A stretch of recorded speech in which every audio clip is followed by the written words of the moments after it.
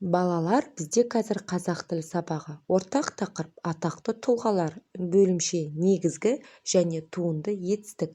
Сабақтың мақсаты мәтін мазмұны бойынша пікір білдіруге бағытталған сұрақтар құрастыру және жауап беру. Негізгі туынды зат есім, сын есім, етістікті анықтау. Балалар етістік тұлғасына қарай екіге бөлінеді: негізгі етістік және туынды етістік. Түбір сөзден болған етістікті негізгі етістік деп атайды. Мысалы, оқы, жүр, күт, айт, отыр, кел, жаз, тап. Ал түбір сөзге жұрнақ жалғану арқылы жасалған етістікті туынды етістік деп атайды.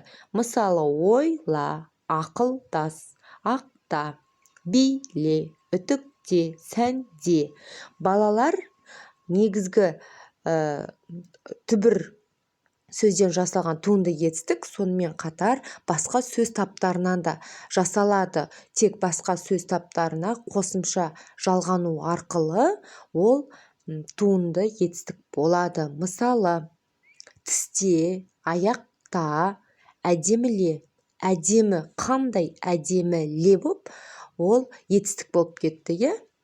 Сонымен қатар үтікте, үтік, не үтік, зат есім, үтікте қосымша те қосылды да, ол етістік болып кетті. Балалар, бұл ережені ереже дәптерге жазып жаттап алыңдар. Балалар? Ал балалар, сонымен қатар бүгінгі оқу тапсырмасына назар аударайық.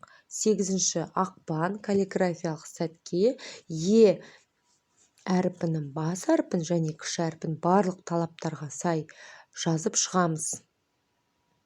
Жазып шықсақ, оқу тапсырмаларына назар аударайық. Балалар, 48 беттегі 13 жаттығуға назар аударайық. Бұл жаттығу мынандай дескриптор арқылы жасалады. Екі бағандағы етістіктерді оқы. Қай бағандағы етістіктің түбірі зат есім екенін анықтайды. Көркем сауатты жазады.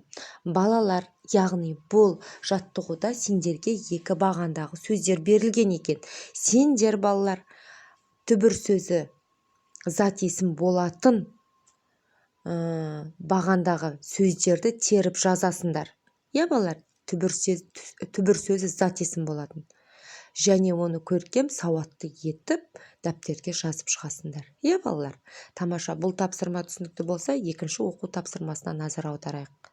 Бұл оқулықтарының 49 бетіндегі 14 жаттығу. Бұл жаттығу мынандай дескриптор арқылы жасалады.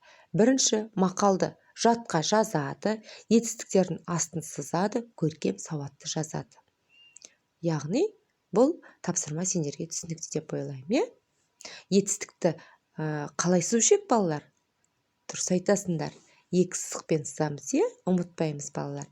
Тамаша. Ендеше 3-ші оқу тапсырмамызға назар аударайық. 3-ші оқу тапсырмасы оқулықтарының 49 бетіндегі 15-ші жаттығу.